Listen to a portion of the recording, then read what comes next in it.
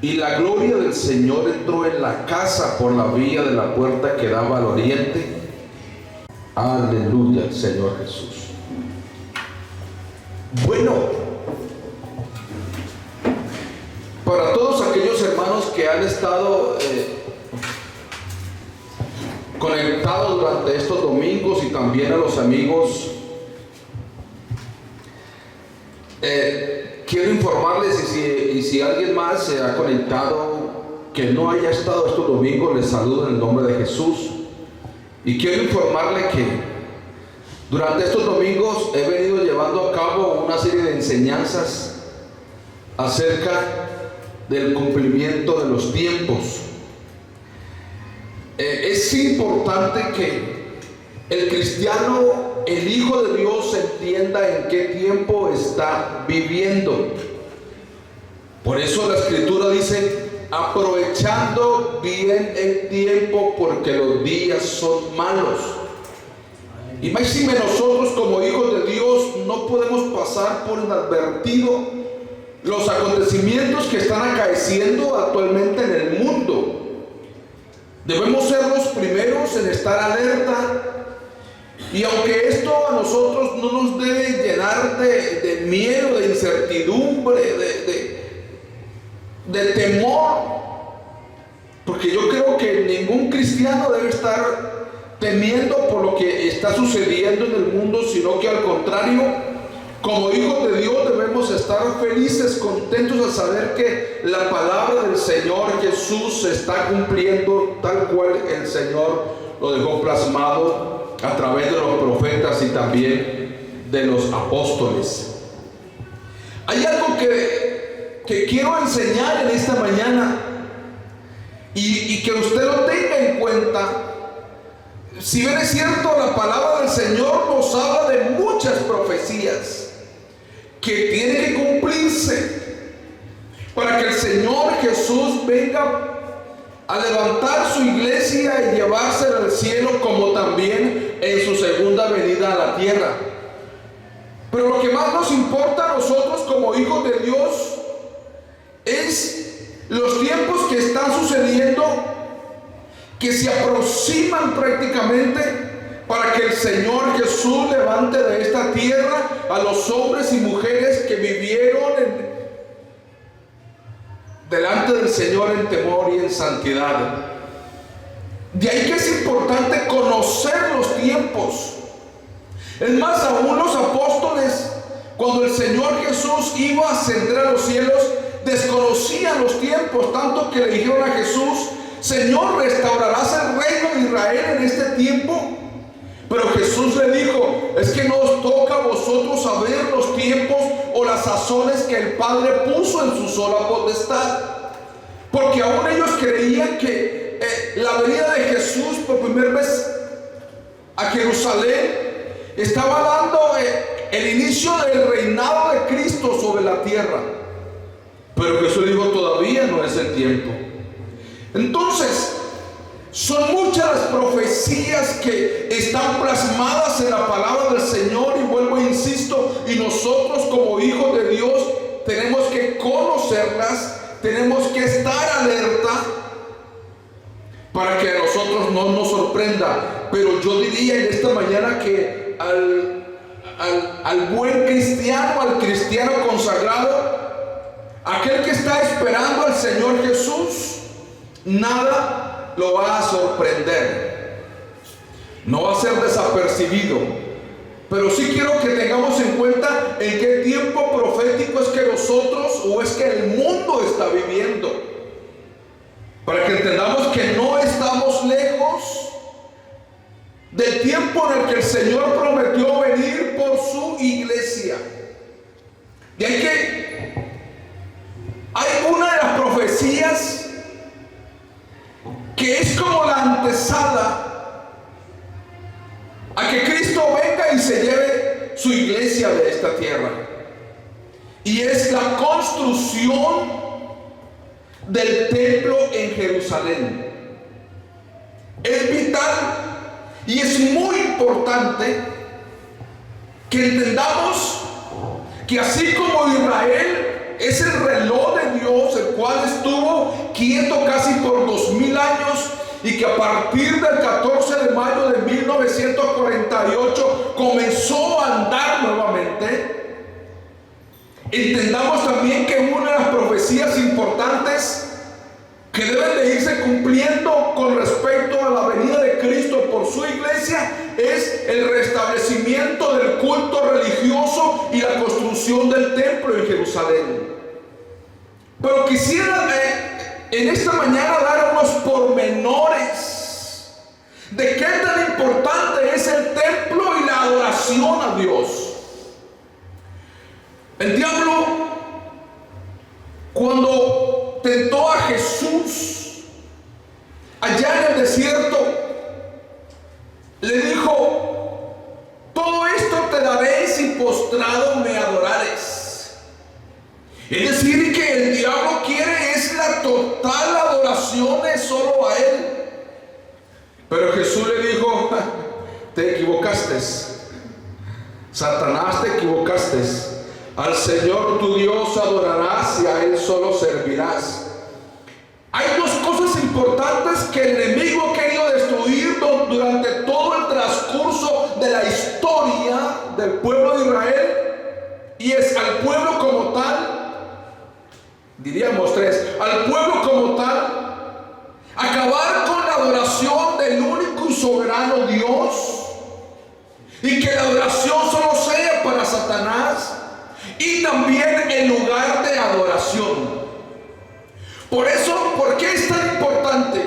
Porque cuando el Señor designó a Moisés sacar al pueblo de Israel de Egipto, y cuando iba por el desierto, lo que hizo el Señor fue decirle a Moisés: yo no quiero que tú subas más al monte Sinaí y que te dé la ley, que te dé los estatutos para que se los enseñes al pueblo, y palabras más, palabras menos, y que yo esté distante de esa comunión o cercanía con el pueblo. Entonces el Señor le dijo a Moisés: vas a construirme un tabernáculo, un lugar donde yo pueda descender y que el pueblo de Israel pueda ver mi gloria. Y es que Moisés entonces se dio la tarea de construir en el desierto un tabernáculo de reunión, un lugar donde los encargados de la adoración al Señor, como fue la tribu de Leví, la cual fue escogida por Dios para llevar a cabo los oficios de sacrificios y de ofrendas y rituales en ese lugar que se iba a construir, con el propósito de que el hombre tuviese una cercanía con el Señor. Mire lo importante que es. Y efectivamente se llevó a cabo la construcción del tabernáculo de reunión.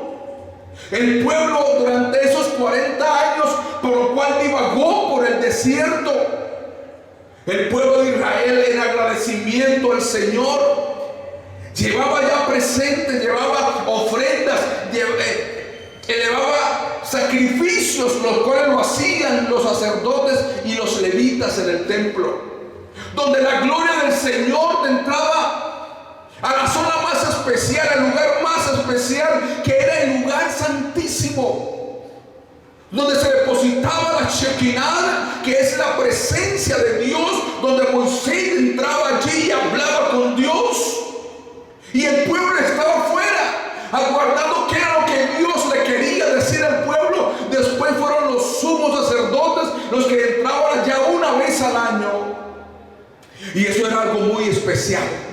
El pueblo de Israel sabía que su Dios estaba con ellos cuando descendía la columna de fuego sobre el lugar santísimo. ¡Qué bendición tan grande! Algo muy especial. Pero cuando el pueblo de Israel entró a la tierra prometida, y cada tribu tomó posesión de la tierra que Josué les repartió a cada uno de ellos,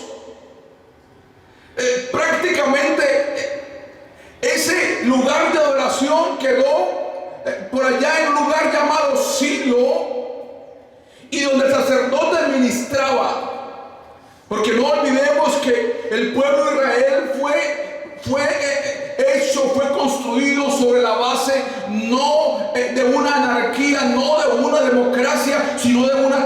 gracia, donde el Señor dirigía a sus jueces, donde el Señor dirigía a sus sacerdotes para dirigir al pueblo de Israel.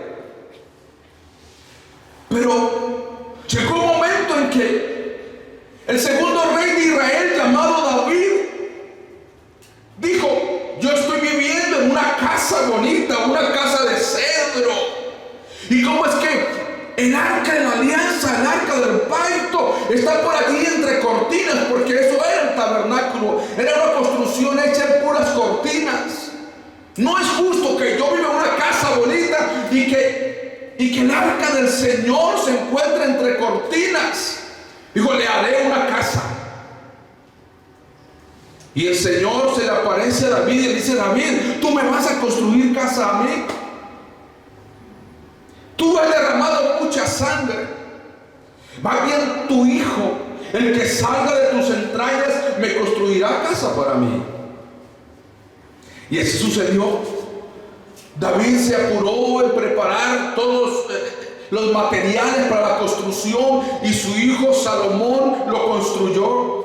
Y aún el mismo Salomón estaba asombrado porque decía: ¿cómo es que Dios va a venir a morar acá en esta casa que he construido para él, si el cielo es el trono de mi Dios y la tierra el estrado de sus pies?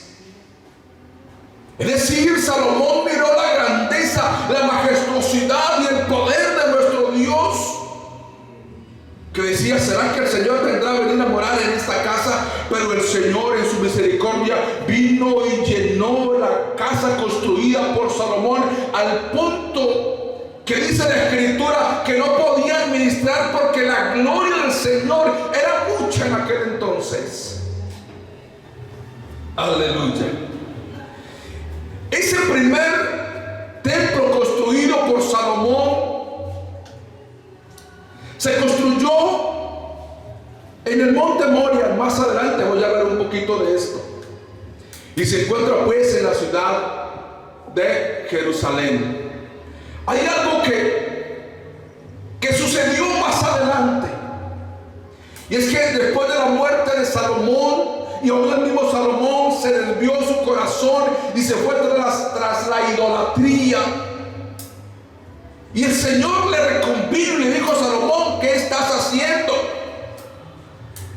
Y de ahí prácticamente los reyes que se levantaron después en Jerusalén comenzaron, y en Israel comenzaron a hacer lo malo ante los ojos del Señor. Y unos años después, en el año 929, vino Sisac, rey de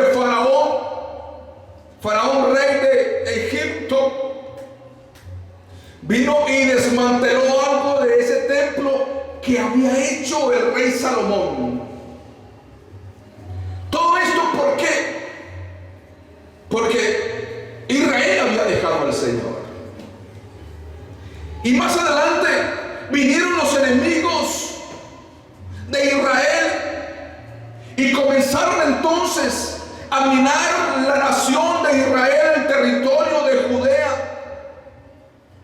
Y en el año 605 vino Nabucodonosor, entró a Jerusalén, se llevó cautivos. Después, 10 años más adelante, 597, y después otros 10 años después, año 587, donde vino Nabucodonosor y destruyó por completo lo que Salomón había construido. Israel se quedó, Judá se quedó sin templo. No había lugar de adoración, y los judíos lloraban. Y los que estaban cautivos en Babilonia decían llorando: oh Jerusalén, nos acordamos cuando cantábamos, adorábamos tu nombre, y ahora estamos acá y la gente nos pide que cante, pero ¿qué vamos a cantar? Mire lo que sucedió. Entonces quedó prácticamente la nación de Israel sin el lugar de adoración y sin la insignia más importante para ellos en el tema espiritual, que era el templo. Pero año 539, cuando Ciro, rey de Persia, Esdras capítulo 4 del verso verso 1 y Crónicas, segundo libro, capítulo 36, habla de cómo el Señor despertó el corazón de Ciro, rey de Persia, para que los que vivían allí en Babilonia fueran a Jerusalén a reconstruir la ciudad y también a construir el templo para Dios. Y es así como vino Zorobabel con Salatiel, después vino Esdras, después vino Nehemías y comenzaron a levantar la ciudad, a levantar los muros y también a construir casa para Dios. ¿Por qué esto? Cada vez que había una guerra entre los enemigos, se estaba peleando el honor de su Dios. Por eso muchos peleaban, era no tanto porque quisieran pelear, sino para decir: el Dios que tengo yo es más grande. Y cuando una nación derrotaba a otra nación, entonces subyugaba a ese Dios que tenía ese pueblo o esa nación y decían: nuestro Dios es más grande. Y pisoteaban el nombre de ese Dios que había. Más adelante entonces, después de que el templo fue levantado, Israel comenzó a tener una cierta paz. En el año 169 hubieron dos reinos que se pelearon la tierra de Judea, que fue el imperio Ptolomeo y el imperio Seleucida, y en medio estaba Judea. Y la Biblia, Daniel capítulo 8 hasta el verso 11, está hablando de un hombre que se llamó Antíoco Epifanes IV. Ese hombre tiene mucha relevancia en las profecías. ¿Por qué?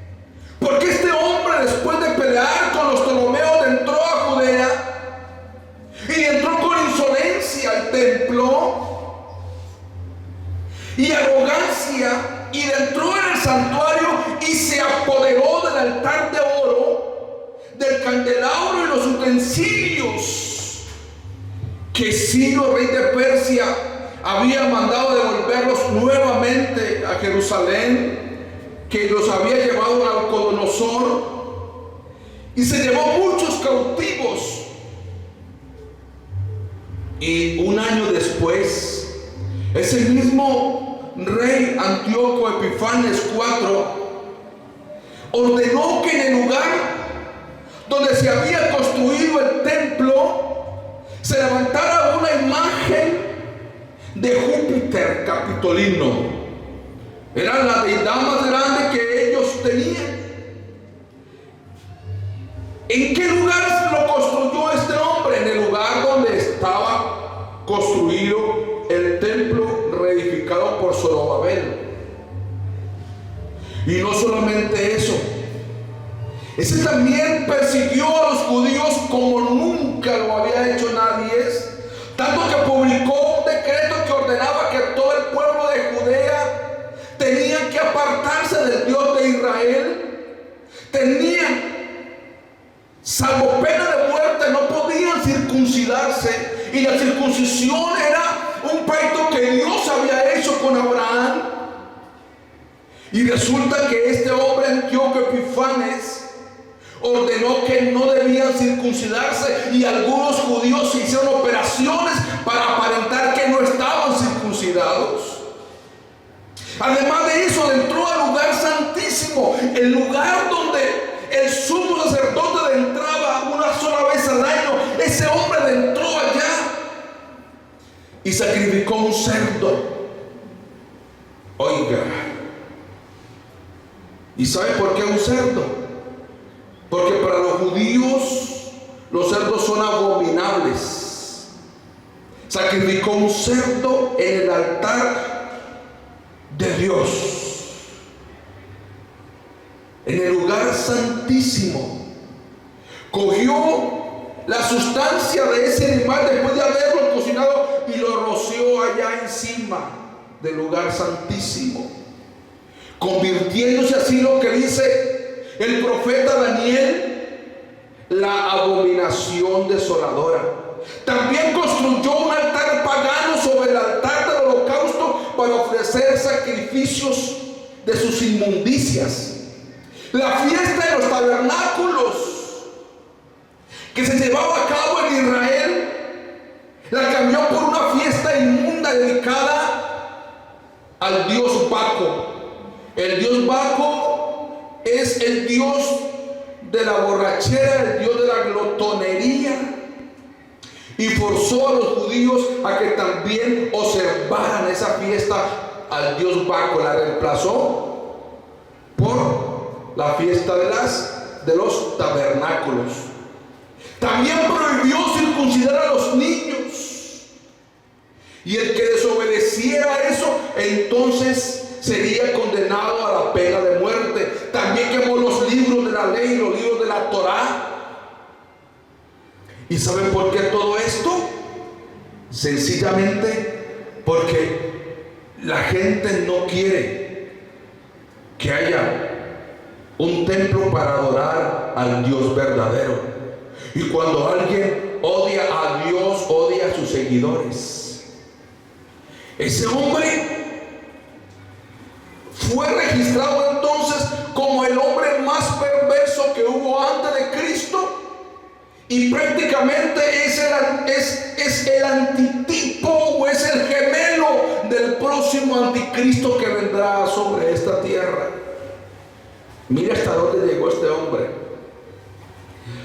Quiero tomar referencia de un libro apócrifo, porque aquellos que leemos las escrituras nos damos cuenta que 400 años antes de Cristo ya no hubieron profetas, no hubo palabra de Dios, no hubo profecía, pero sí hubo una historia que está registrada en los libros de Macabeos, que es un libro apócrifo, y la historia dice que este hombre, en su lecho de muerte,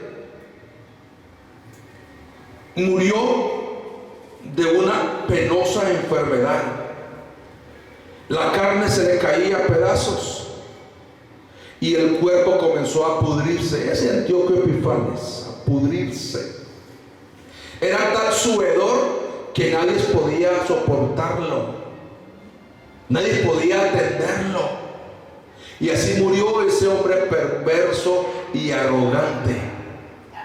Pero ya en el año 165, la dinastía macabea, por Judas Macabeo, hizo la purificación nuevamente del lugar que estaba allí, del templo. Hizo la purificación, volvieron los sacrificios, los holocaustos, las ofrendas y todo ello. Pero ya 100 años después, en el año 63, vino Pompeyo, general romano también, y profanó también el templo de Jerusalén. Se apoderó, se llevó los tesoros, y también entró al lugar santísimo. Y cuando entró allá dijo Pompeyo: yo no veo aquí ningún Dios, esto es algo solo, aquí no hay nadie. Oiga, año 63 antes de Cristo. Pero en el año 66 al 70 después de Cristo, Herodes, el templo que había levantado Zorobabel, Herodes lo amplió en el año 19 antes de Cristo, lo amplió, lo embelleció y quedó hermoso. Se demoró 40 años en ampliarlo, en embellecerlo, y bueno, ese es el templo que cuando Jesús entró con los apóstoles, ellos le dijeron: maestro, mira el templo tan bonito, qué piedras votivas. Y Jesús le dijo: ¿veis todo esto? De cierto os digo que no quedará aquí piedra sobre piedra que no sea derribada. Y sucedió así. 37 años después, entonces, año 66, hubo una revuelta, se levantaron contra el imperio romano los judíos, pero en el año 70 vino Tito y entró a Jerusalén, acabó con la ciudad y destruyó el templo de Jerusalén. arrasó con todo. Cientos de miles de judíos, 1.100.000 judíos murieron. Se destruyó la ciudad, parte de la ciudad, y el templo fue totalmente destruido. No quedó piedra sobre piedra. Y entonces quedó Israel sin lugar de adoración. Pero no solamente eso, en el año 138, años más adelante, el emperador Adriano, durante su estadía en Judea, ese hombre emitió decretos imperiales amenazando gravemente al judaísmo. Ese hombre aceleró una reforma religiosa en el que prohibía a los judíos llevar a cabo sus servicios religiosos, la adoración a Dios. Bajo pena de muerte también prohibió la circuncisión. Y también ese hombre ordenó, arar la ciudad de Jerusalén. La aró completamente. El historiador Flavio Josefo tiene que decir que ese hombre le colocó 10 centímetros de sal a toda la ciudad para que allí no se produjera absolutamente nada. Se acabaran los judíos, la religión, y se acabara el templo. Por eso renombró a Jerusalén y la llamó Aelia Capitolina. Le puso otro nombre en honor de sí mismo y en honor también del dios romano Júpiter Capitolino, en el lugar de Jerusalén. Y donde estaban las ruinas del templo de Jerusalén, dedicó y construyó un templo dedicado al dios pagano Júpiter. Y el lugar donde un día fue crucificado Jesús, también construyó un templo dedicado a la diosa Afrodita. Pero este hombre también murió de una penosa enfermedad, al punto que quiso suicidarse, quitarse la vida con un puñal, pero no pudo. Todo esto le pasa, aunque no estoy hablando de los hombres perversos, pero todo esto le pasa con los que se meten con el Señor y con el pueblo del Señor. El reinado de este hombre fue terrible y murió prácticamente de una sobredosis.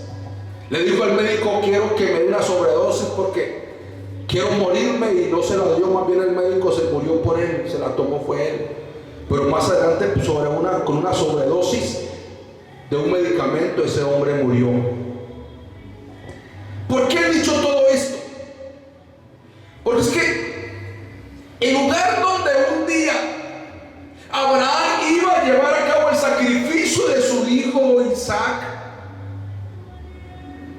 de pronto algunos desconocemos esto, pero se llevó a cabo sobre una gran piedra.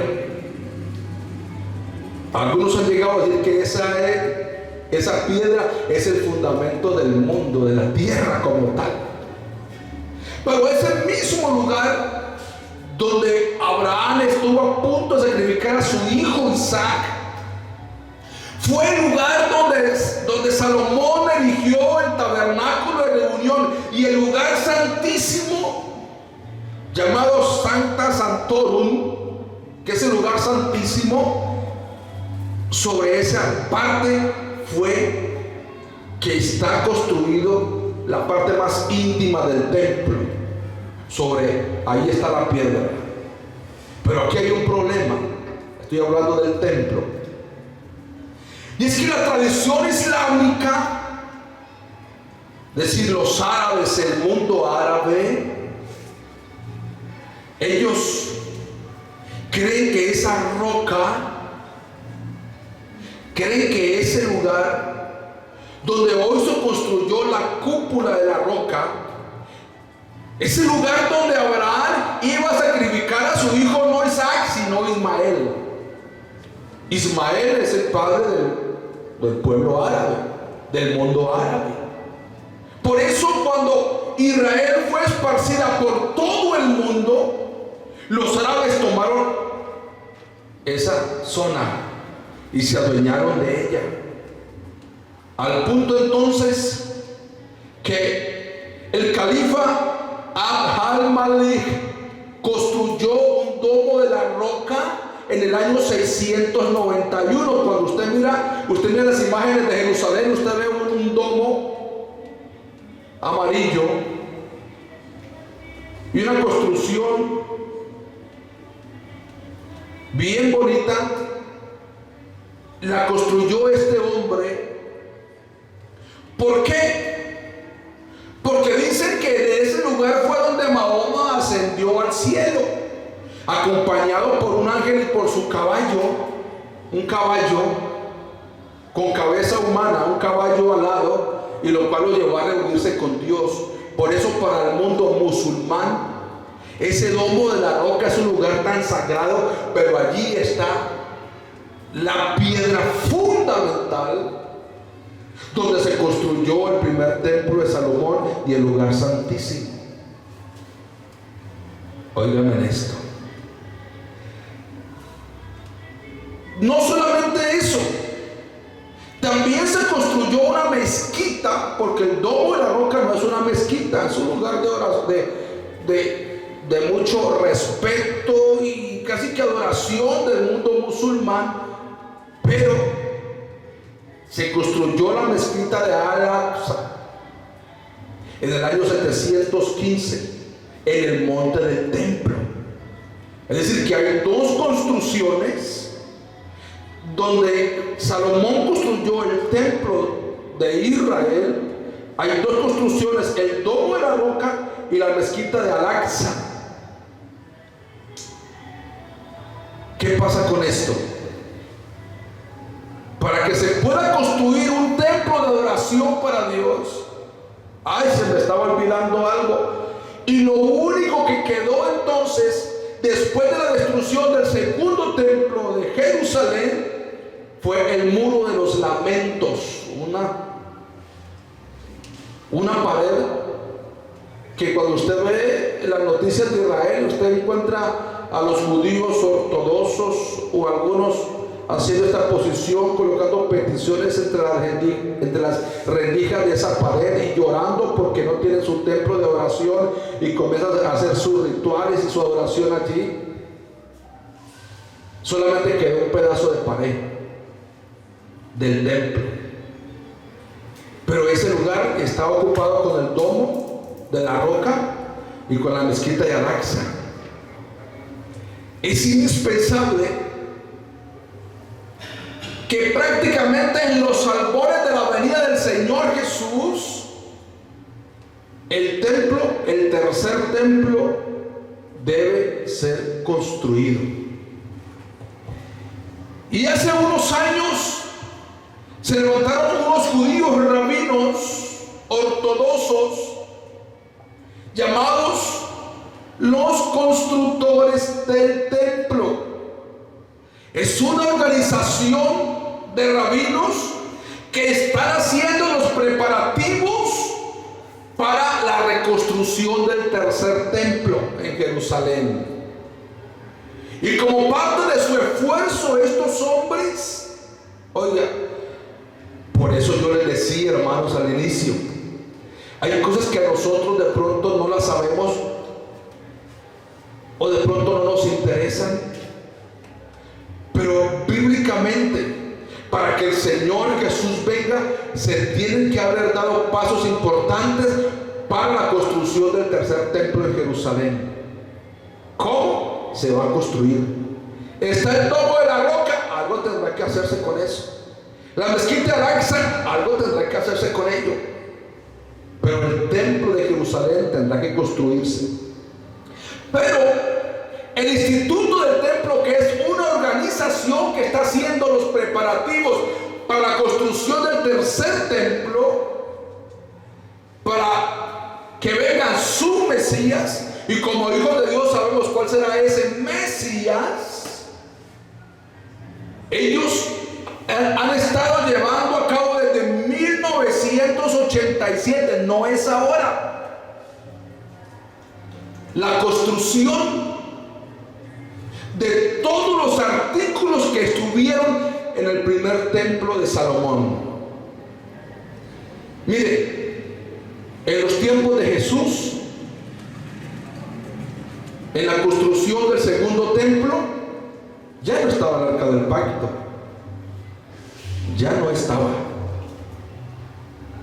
Hasta ahora los arqueólogos, la ciencia, los científicos, qué sé yo, están buscando el arca del pacto. Por eso el segundo templo escaseó del arca del pacto, las tablas de la ley, la vara de Aarón que reverdeció y el maná que estaba colocado allí no está. Por eso en la construcción del tercer templo en Jerusalén tiene que llevar todos los implementos con los que se llevaba a cabo el sacerdocio. De ahí entonces que estos hombres, el Instituto del Templo desde 1987 han construido, hermanos míos, miren, más de 70 artículos que son necesarios para la construcción del tercer templo. O sea que eso está cerca.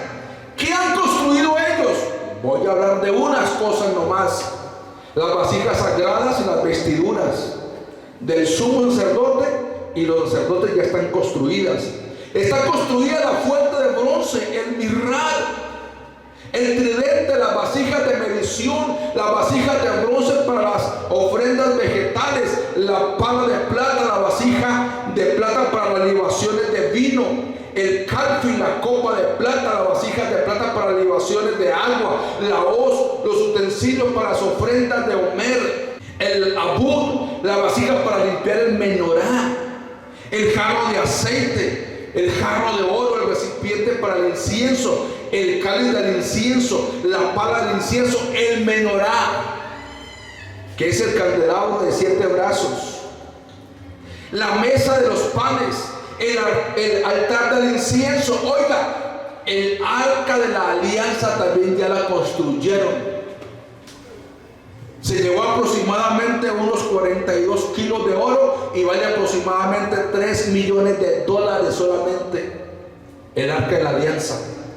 También la corona para el sumo sacerdote ya está, los uniformes para los sacerdotes, las trompetas de plata, el sofá enchapado en oro, el sofá enchapado en plata, el arpa y la lira, todo eso ya está listo. ¿Para qué? Para la construcción del tercer templo. No solamente eso, ellos están buscando a los hijos descendientes de Leví, que son la línea sacerdotal y los únicos encargados de ministrar en ese tercer templo. ¿Cómo son? Deben haber nacido en Israel, ¿sí? Deben ser limpios, y ellos ya los están preparando. Hay un lugar en Jerusalén donde a esos niños les están enseñando la ley, la Torá, cómo oficiar en el tercer templo. Lo están preparando a todos ya. Eso quiere decir que, Señor Jesucristo, todo eso está escrito en Levítico, Números y Deuteronomio. Los levitas ya están preparándose, lo están preparando, y solamente queda algo. Solamente algo. ¿Saben qué es? Lo encontramos en Números capítulo 19, y es la importancia de la vaca bermeja o la vaca roja. Algunos dicen que el resurgimiento de la vaca roja, que sigue el patrón establecido en Levítico, es una señal inminente del regreso del Mesías a la tierra. Pero ustedes saben cuál Mesías, porque nuestro Mesías vino hace 2000 años. Oiga, Y será entonces la restauración, porque sin la vaca bermeja o la vaca roja no habrá oficio en el templo que se está construyendo, que se va a construir. La novilla roja es necesaria para la purificación del santuario, las ropas sacerdotales y todos los implementos. Y si no hay vaca roja, si no hay vaca bermeja, no se podrá llevar a cabo entonces los oficios en el templo. Pero miren, no es una coincidencia de tiempo que los preparativos para el sacrificio de animales están en marcha por primera vez en 2000 años. Y lo único que está impidiendo esto es entonces que se pueda conseguir la vaca bermeja o la vaca roja.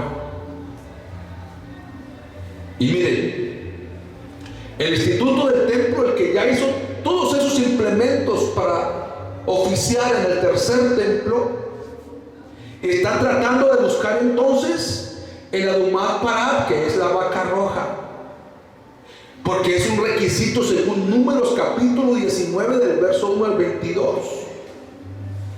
Porque las cenizas son el único ingrediente que falta, oiga, para restablecer la pureza o la restauración de la pureza bíblica. Y por lo tanto, la restauración del tercer templo. De acuerdo con los preceptos bíblicos, el sacrificio de la vaca roja es un elemento esencial para la purificación del lugar sagrado judío. Y dentro de la tradición mesiánica, hermanos, se le considera una señal del advenimiento del Mesías y la restauración del sacrificio. Y quiero decirles esto,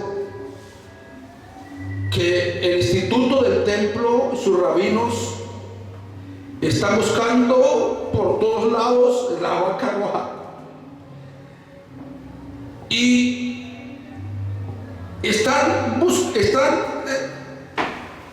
buscando los medios, porque la vaca tiene que ser bermeja completamente. Si en la vaca roja, dicen los rabinos, hay siquiera en toda la vaca hay 3 pelos diferentes, o sea, blancos o negros, la vaca no sirve.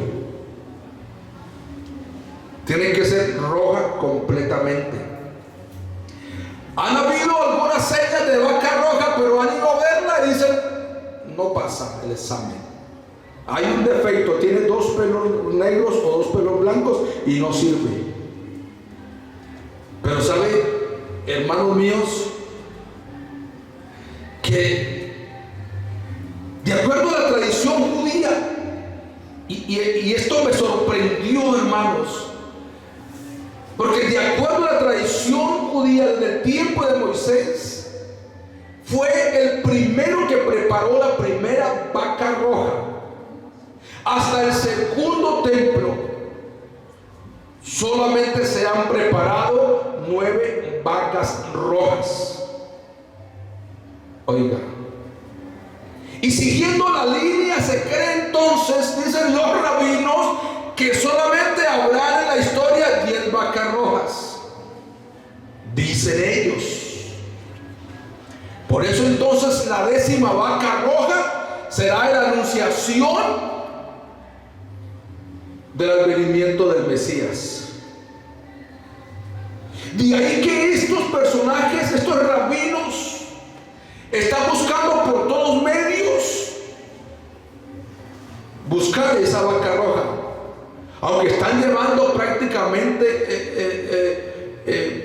experimentos o llevando de pronto a buscar embriones de vacas para que ellas puedan parir sus animales totalmente rojos, bermejos, pero que sobre ella no se le haya colocado nada de trabajo. Entonces, aparte de eso, quiero decirles que han habido al punto casi produciendo esas vacas, pero todavía no han llegado a donde es. Pero algunos dicen que según lo que han hecho el grupo del Instituto del Templo, la vaca roja ya nació.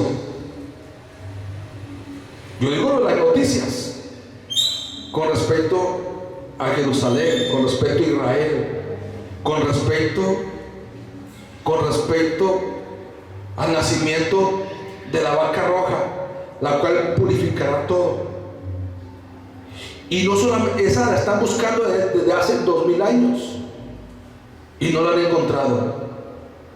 Pero ahora dice que la vaca roja ya nació. Dios mío, yo digo santo. Santo.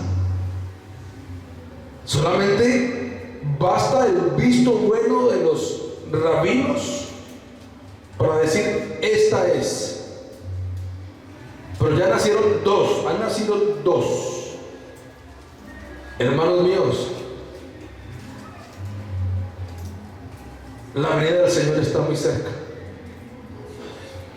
La venida del Señor Jesús está muy, muy cerca.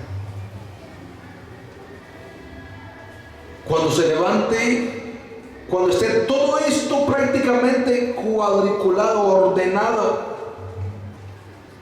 y no solamente esto,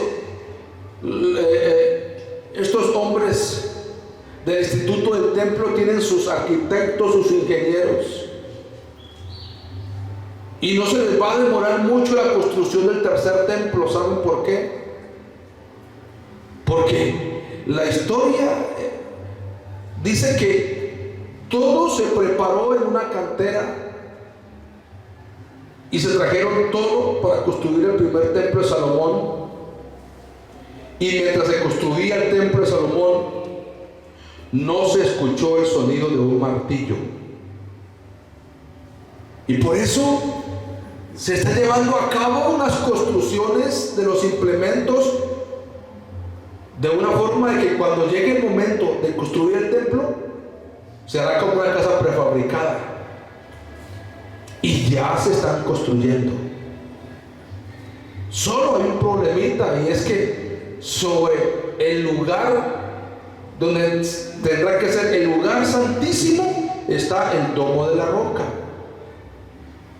la piedra fundamental, y ese domo tendrá que ser quitado de ahí, y ese lugar sagrado de los musulmanes, y la mezquita de Al-Aqsa tendrá que ser quitada de ahí para construir el templo, el tercer templo, pero tendrá que construirse.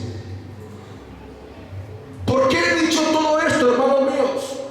A veces suena como un poquito escuchar esto como a mí no me interesa, pero sí nos interesa. ¿Por qué? Porque cada vez que pase algo con respecto a Israel, con respecto al templo y el surgimiento nuevamente de la adoración a Dios, los sacrificios a Dios, entonces nos estamos dando cuenta que el Señor Jesús de Nazaret estará próximo a venir por su iglesia. Hermanos, con cariño se lo digo, no es tiempo de andar pensando en otra clase de cosas. Algunos dirán, yo ya estoy desanimado porque no abre las puertas de la iglesia para ir. Otro dirá, no, yo que me iba a hacer bautizar, yo ya también me desanimé. Y tristemente quiero decir esto, de pronto el día que ya nos den la viabilidad para que nos congreguemos nuevamente, nos reunamos nuevamente, habrá personas que usted ya no va a ver, porque no estarán con nosotros. No pasaron esta minúscula prueba, porque esto no es prueba, esto no es nada. Porque si yo soy un verdadero hijo de Dios, no solamente estas 4 paredes que están aquí son mi iglesia. Yo soy iglesia, yo soy templo. Dice el apóstol Pablo: ¿no sabéis que sois templo de Dios y que el Espíritu de Dios mora en vosotros? El hecho de no congregarme con 50, con 100, con 200, 500 o 1000 hermanos no es excusa para alejarme del Señor ni para apartarme y de no buscarlo. Al contrario, es el tiempo donde más tenemos que ser apercibidos, porque el Señor Jesucristo viene en el momento que usted y yo menos lo pensemos. ¿Por qué he dicho todo esto durante estos domingos? Porque, hermanos, quiero que usted abra los ojos y entienda que estamos de verdad en los últimos tiempos. Que no es un mito que el Señor viene, que no es un cuento que Él viene, no. El Señor Jesús viene por su iglesia. Y que ni a usted ni a mí nos vaya a coger de pronto perezosos en nuestra vida cristiana.